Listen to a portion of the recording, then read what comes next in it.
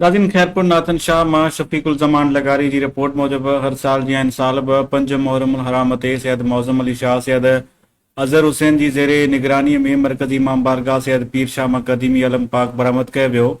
उन मौक़े ते सिक्योरिटी जा इंतज़ाम पिणु सख़्त किया विया। सवें मुमननि जी तादाद में अलमदार चौक ते अलम अब्बास नसब कयो वियो। अज़ादारी इमाम हुसैन अलैहिस्सलाम करबला शहीदनि जी यादि खे ताज़ा कंदे इमाम हुसैन अलैहिस्सलाम जी शहादत ऐं हज़रत गाज़ी अब्बास जी वफ़ादारी खे यादि कंदे सीना ज़नीन वाक़बानी कंदे पुरसो ॾिनो वियो।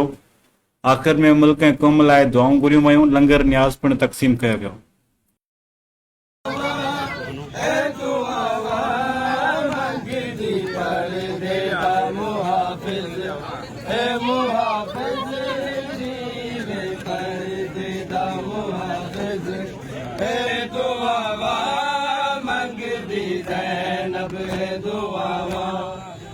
दुआ